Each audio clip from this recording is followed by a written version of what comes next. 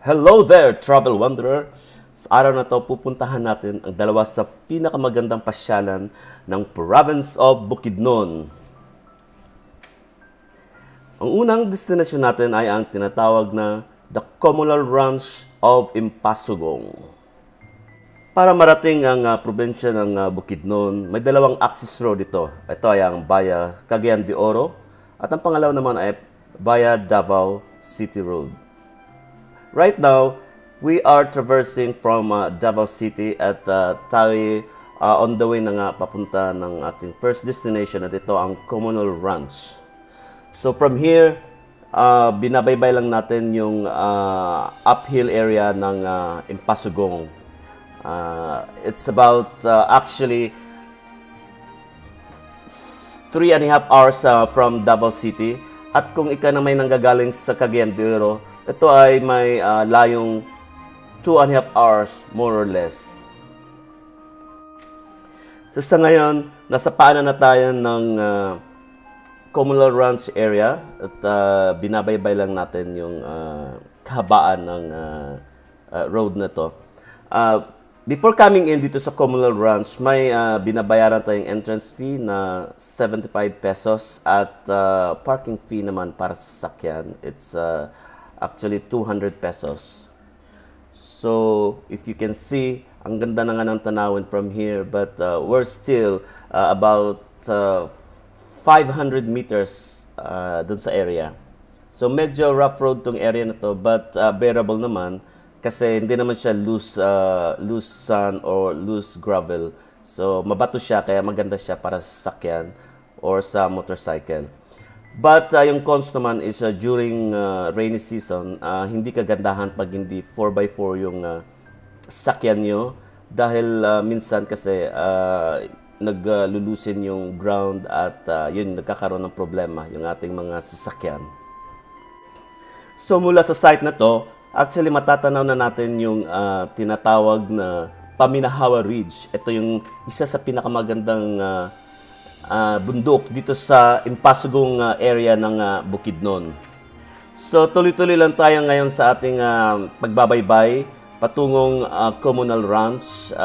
May mga ilang minuto na lang tayo. So matatanaw mo yung mga yung mountain range ng Bukidnon. At ito na nga ang mountain range ng Paminahawa. So, yung iba naman ay nagtitrek dyan sa area na yan. At mostly, they started during the early hour of the day. Kasi yung purpose naman nila is yung sunrise naman. Napakaganda sa lugar na to, especially the upland part of this mountain range. So, hindi na tayo kalayuan sa Communal Ranch. Pababa na tayo. Hindi naman masyadong downhill. Tama lang yung pagtatraverse natin. Continue pa rin yung rough road. Pero as I've said, it's bearable naman yung area. Hindi naman nakakasira ng gulong. And I think the government is doing, the local government is doing something about improving the area.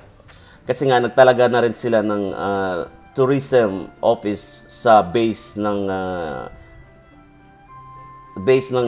lugar na to.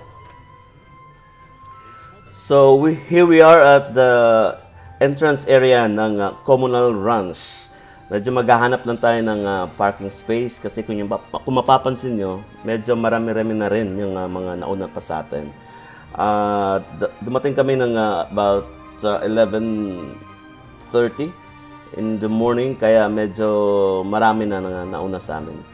So, let's just look for our parking space. At medyo tirik yung araw sa ngayon. Kaya, medyo kailangan mo nga ng protection against the sunlight. Yung mga attraction pala dito sa Communal Ranch ay yung pag-horseback riding. May 250 na bayad para sa horseback riding. At kung gusto mo lang naman na magpa-picture, is 50 pesos lang. At isa naman sa attraction dito ay yung man-made lake. Yan yon. Kung mapapansin nyo, yan yung main attraction talaga dito sa Impasugong, overlooking the mountain range of Impasugong. So, yung mga facilities naman na makikita mo rito ay may dalawang building. Isa yung canteen or yung parang restaurant niya. But the food there are cheap at mga lutong Pinoy. Masasarap naman yung mga ano nila, yung mga basic lang naman ng mga Filipino food na nandiyan at affordable. So, eto nasa canteen nga kami ngayon, overlooking the man-made lake and the mountain range. Sa kabilang side niya na ay yung isa pang building na parang accommodation siya. Actually, kaya pwede kayong mag-stay dito. Hindi lang namin natanong nga yung rate ng accommodation. At ito na nga yung mountain range ng Impasugong at dyan yung tinatawag na Paminahawa Ridge. So, yan yung sinasabi ko na maraming nagtitrek dyan during the early hours of the day. So, kung mapapansin mo yung serenity ng lugar, napakaganda. Yung river, sa baba naman, napaka-dinaw. Kaya you have all the peaceful time if you want to spend your relaxation day dito sa communal ranch ng Impasugong, Bukidnon. Actually, kahit sobrang trick na yung araw, ang dami na rin turista na pumupunta rito. In fact, itong time na to, ang daming tao na nauna pa sa amin. At karamihan nagkukumpulan actually sa shaded part, dun sa canteen, dun sa isang building na may accommodation. Dahil nga sa sobrang trick ng araw. Pero worth it naman. So ito na nga yung horseback riding. Yan yung isa sa mga kabayo. So yun yung building dun sa unahan, yung sinasabi ko. And right now, we're done with our visit here at the communal ranch dito sa Impasugong, Bukidnon.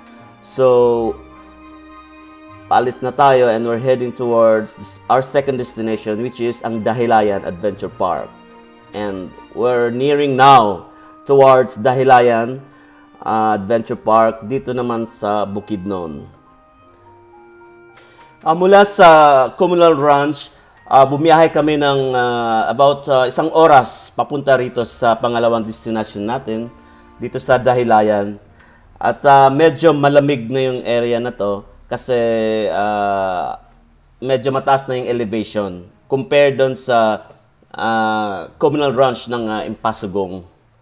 So, itong area na to ay iba na yung LGU or yung municipality. Nasa ano tayo ngayon? Nasa Manolo Fortich, yung location ng Dahilayan. So, andito na tayo sa entrance part ng Dahilayan at maghahanap lang tayo ng ating parking space so we can enter the place. So as usual, dahil medyo sikat na nga itong lugar na to, ay napakarami pa din mga turista na bumibisita dito sa lugar na to. And for the information of everyone, mayroong entrance fee rito na 100 pesos kahit hindi kayo sumakay dun sa mga attractions. Right now, nandito tayo sa isang attraction nila. Ito yung tinatawag na Razorback. 400 naman yung bayad dito para sa isang round at kung gusto nyo 2 rounds naman ay 600 pesos yung bayad niya. So, andito na tayo sa playground naman ng Dahilayan Forest Park. So, just enjoy the view at masasabi kong highly recommended tong lugar na to for you to visit. I can really guarantee you na mag-e-enjoy kayo, especially if kasama niyo yung family niyo. So just enjoy the rest of the videos.